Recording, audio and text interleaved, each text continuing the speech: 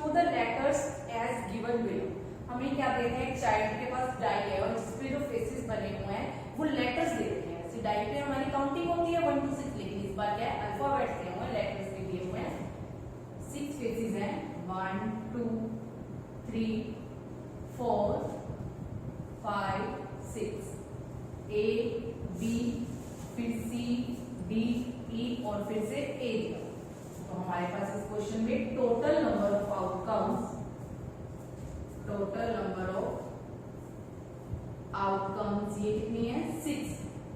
ठीक है, first part में क्या बोल रहा है, प्रोबेबिलिटी ऑफ गेटिंग ए। हमें किसकी प्रोबेबिलिटी निकालनी है, ए की। तो जिसकी प्रोबेबिलिटी निकालनी होती है वो हमारे कौन से केसेस होते हैं, फेवरेबल केसेस होते हैं। तो number of favourable cases equal में किसके फेवरेबल केसेस निकालने हैं, ऑफ ए के। अब ए देखो कितनी बार आ रहा है हमारे पास, 2 टाइम्स आ रहा है। फेवरेबल कितने हुए इसके, 2। बट फाइंड आउट क्या करनी है, प्रोबेबिलिटी। प्रोबेबिलिटी का क्या फॉर्मूला होता है, number of favourable cases 2 upon में टोटल नंबर ऑफ आउटकम 6। तो कैंसिल होके कितना आ गया, 1/3। नेक्स्ट है आपका सेकंड पार्ट। सेकंड पार्ट में निकालनी है probability of getting D. D आने के कितने चांस है, तो जिस की हमें प्रोबेबिलिटी निकालनी हो वही हमारे कौन से केसेस बनते हैं, फेवरेबल केसेस बनते हैं। अब यहाँ पे किसके फेवरेबल केसेस निकालने हैं, डी के। अब देखो इसमें जो 6 फेस दे रखे हैं उसमें डी कितने टाइम्स आ रहा है, 1 टाइम्स आ रहा है। तो फेवरेबल केसेस कितने हुए डी के, 1। बट फाइंड आउट क्या करनी है, probability. Probability number of favourable cases 1 and total 6। तो 1/6 इसकी प्रोबेबिलिटी आ गई डी की। ठीक है, ये था आपका क्वेश्चन नंबर 9। अब मैं आपको करवा रही हूँ 21 क्वेश्चन। 21 क्वेश्चन में क्या दे रखा है, A lot consists of 144 ball pens। हमारे पास क्या दिए हुए हैं, बॉल पेन दे रखे हैं, वो भी कितने, 144। तो total number of ball pens equal में 144। आगे क्या बोल रहा है, of which 20 are defective and others are good. Number of defective pens जो 144 टोटल दे रखे हैं, इसमें से 20 तो दिए हुए डिफेक्टिव और अदर्स जो बाकी जितने रह गए वो है हमारे पास गुड वंस।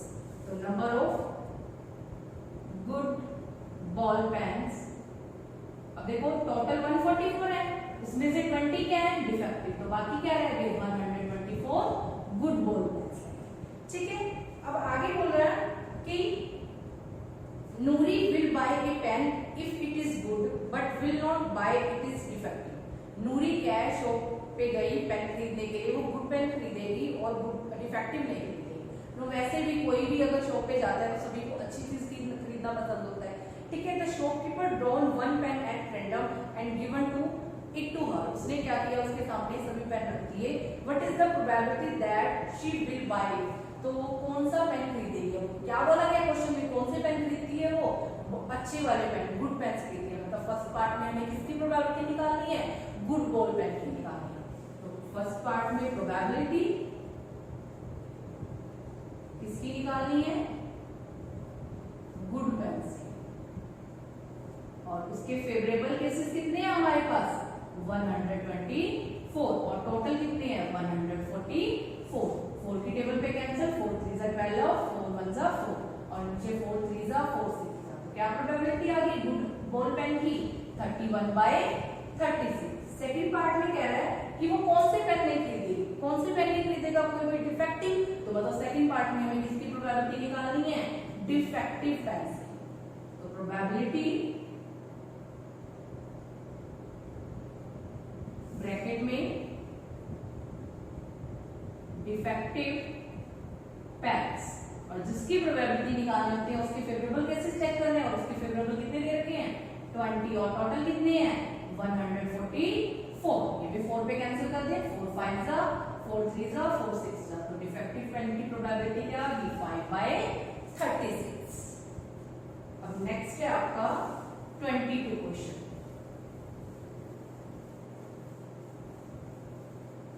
22 क्वेश्चन में क्या दे रखा है, रेफर्स टू एग्जांपल 13, मतलब इसके अंदर ना हमें दो डाई दी हुई है और सम बता रखा है किस टाइप से करना है। जब मैं आपको एक 24 क्वेश्चन करवाऊंगी ना उसी में कंप्लीट करवा दूंगी। अब पहले मैं आपको करवा रही हूँ 23 क्वेश्चन। 23 क्वेश्चन में क्या करना है, a game consist of tossing a 1 rupees coin 3 times. एक गेम खेलनी है, उनको कॉइन उन्होंने टॉस किया है और 3 कॉइन्स को उछाला गया एक साथ। Noting its outcomes each time Hanif wins if all the tosses are same result. अगर तीनों कॉइन्स पे सेम रिजल्ट आता है, अब कॉइन है, कॉइन पे हेड होता है या फिर टेल होता है, ठीक है, अगर तीनों कॉइन्स पे सेम रिजल्ट आता है तो वो विन करता है हैनिफ, वरना वो क्या करेगा, हार जाएगा, लूज कर जाएगा गेम को। 3 हेड्स और 3 टेल्स एंड लूजिंग अदरवाइज, ठीक है, अगर सेम आता है तो वो विन करेगा एंड वरना अदरवाइज क्या हो जाएगा, लूज, वो हार जाएगा। Calculate the probability that Hanif will lose the game. हमें क्या निकालनी है, हैनिफ के लूज हारने की प्रोबेबिलिटी निकालनी है। तो सबसे पहले तो 3 कॉइन्स आर टॉस्ड, 3 कॉइन्स को टॉस किया गया तो क्या चांस बनेंगे। अब देखो मैंने आपको जब इंट्रो करवाया था प्रोबेबिलिटी का तो सिखाया था कोई भी कॉइन है उस पे या तो हेड होता है या फिर टेल होता है। एक कॉइन को टॉस करने के 2 चांस होते हैं। अब यहाँ पे कितनी बार टॉस किया गया, 3 टाइम्स। मैंने बोला था उसकी पावर कर दी, ठीक है, तो 2 की पावर 3 मतलब 2 मल्टीप्लाई 2 तो कितना बन गया, ये 8 हो गया, ठीक है। अब यहाँ पे जब 3 कॉइन्स को एक साथ उछाला जाएगा तो उसके टोटल चांस कितने बनेंगे, 8 बनेंगे। तो टोटल नंबर ऑफ आउटकम्स कितनी आएंगी, 8। अब कौन कौन से चांस बनेंगे ये भी मैंने करवाया था, या तो तीनों पे हेड आ सकता है या फिर फर्स्ट 2 पे हेड, थर्ड पे टेल, फिर सेकंड पे टेल, बाकी पे हेड, फिर फर्स्ट पे टेल, बाकी पे हेड, ऐसे ही सेम टेल टेल, थर्ड वाले पे हेड, फिर सेकंड वाले पे हेड और फिर फर्स्ट वाले पे हेड और लास्ट में टेल टेल। ये हमारे 8 चांस बनेंगे। अब जीतने के चांस कौन कौन से हैं, या तो तीनों पे सेम आना चाहिए, या तो तीनों पे हेड आएगा तो हैनिफ विन करेगा, या फिर तीनों पे टेल आएगा तो हैनिफ विन करेगा। तो जो चांस है हैनिफ के जीतने के वो कितने हैं, 2। और बाकी अगर कुछ भी आ जाता है उस पे हैनिफ क्या कर जाएगा, गेम को लूज कर जाएगा, हार जाएगा। तो नंबर ऑफ चांस हैनिफ विंस, हैनिफ के जीतने के कितने चांस हैं, 2। और नंबर ऑफ चांस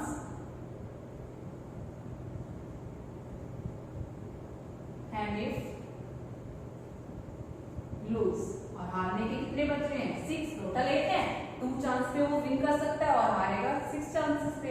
और प्रोबेबिलिटी निकालनी है किसकी, लूज द गेम।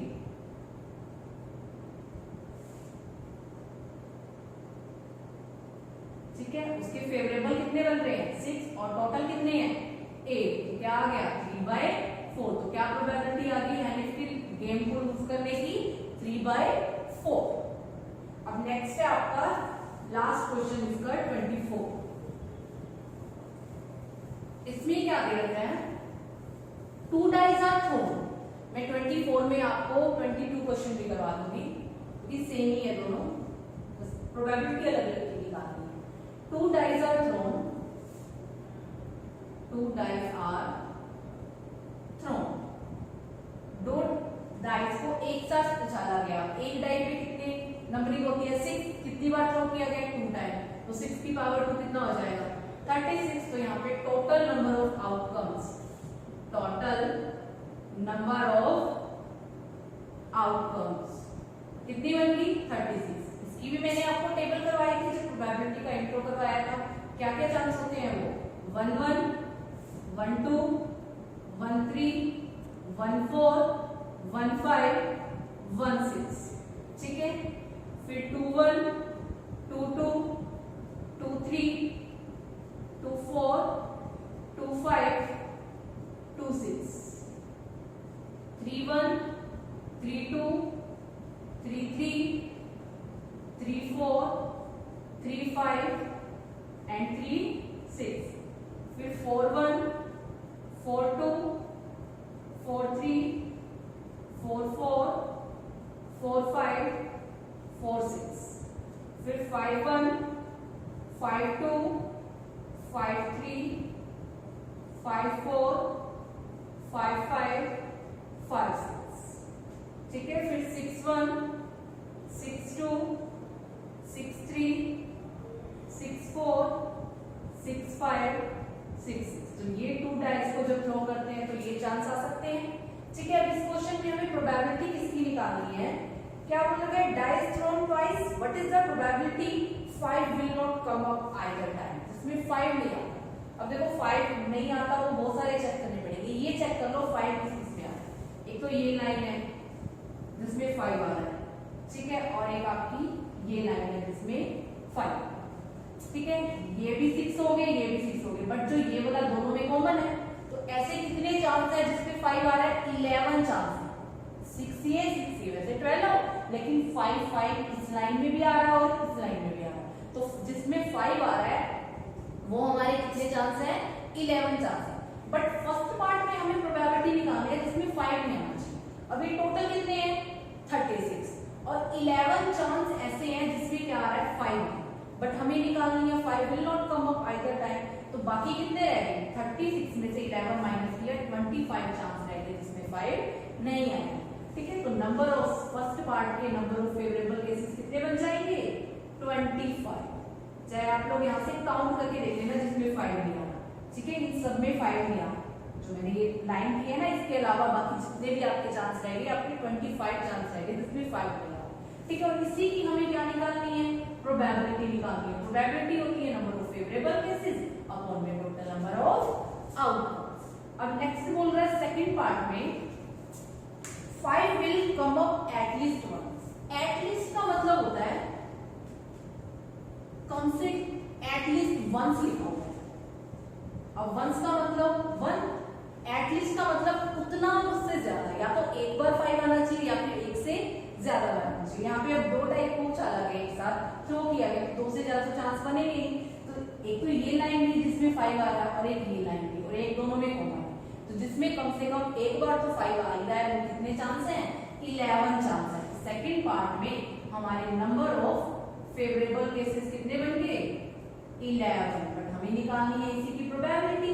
प्रोबेबिलिटी होती है number of favourable cases upon total number of outcomes, ठीक है। ये था आपका 24 क्वेश्चन। अब 22 में क्या बोला गया है? 22 में कह रखा है कि सम निकालो 2 सम के कितने चांस है। अब देखो 1 और 1 कितना होता है? 2, तो सिर्फ कितना चांस हुआ? 1 चांस हुआ। टोटल कितने हैं? 36। तो क्या प्रोबेबिलिटी होगी सम 2 की?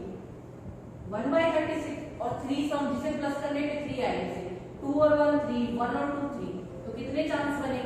2 चांस बने। तो 2 प्रोबेबिलिटी क्या आ जाएगी? 2/36। अगर सम 4 हो, 4 के कितने बनेंगे? देखो 3 और 1 4, 2 और 2 4, 1 और 3 4, तो ये 3 चांस ऐसे हैं जिनका सम करने पे 4 आता है, ठीक है। तो 3 बाय टोटल बाय में 36 ही आएगा, ठीक है। सिर्फ वो बॉक्स कंप्लीट करना है आपको जो मैथ्स में दिया हुआ है। 5 सम आएगा, देखो 4 1 3 2 5 होता है, ये भी 5 होता है, और 1 4 ये भी क्या होता है।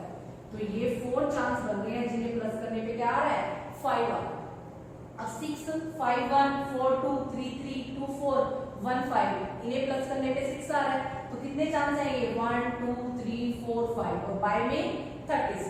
फिर 7 6 1 5 2 4 3 3 4 2 5 1 6, और ये कितने चांस है? 1 2 3 4 5 6 चांस ऐसे हैं जिन्हें प्लस करने पे 7 आ रहा है, और टोटल नीचे क्या रहेंगे? 36।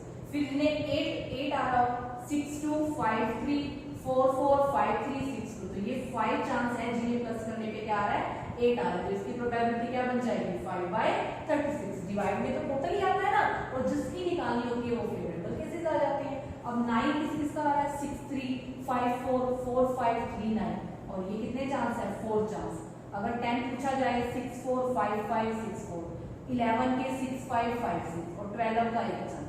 अगर आपसे ऐसे पूछ लिया जाए 13, अब सबसे बड़ा सम क्या है इसमें? 12, और 12 से बड़ा तो कोई है, फिर भी वो पूछ लेता है कि 2 डाइस आर थ्रो, उसके टोटल तो 36 ही बनेंगे, लेकिन सम 36 सम पूछा जाए 13 तो कोई है ही नहीं, तो उसके कितने चांस हो जाएंगे? 0 चांस हो जाएंगे, और टोटल कितने हैं? 36, तो 0/36 उसकी प्रोबेबिलिटी क्या आ जाएगी? 0। डाई में सबसे छोटा सम है 2 और सबसे बड़ा सम है 12। अगर 12 से बड़ा कुछ भी पूछा जाता है तो उसके कितने चांस बनेंगे आपके? हमेशा जीरो ही ट्रांसफर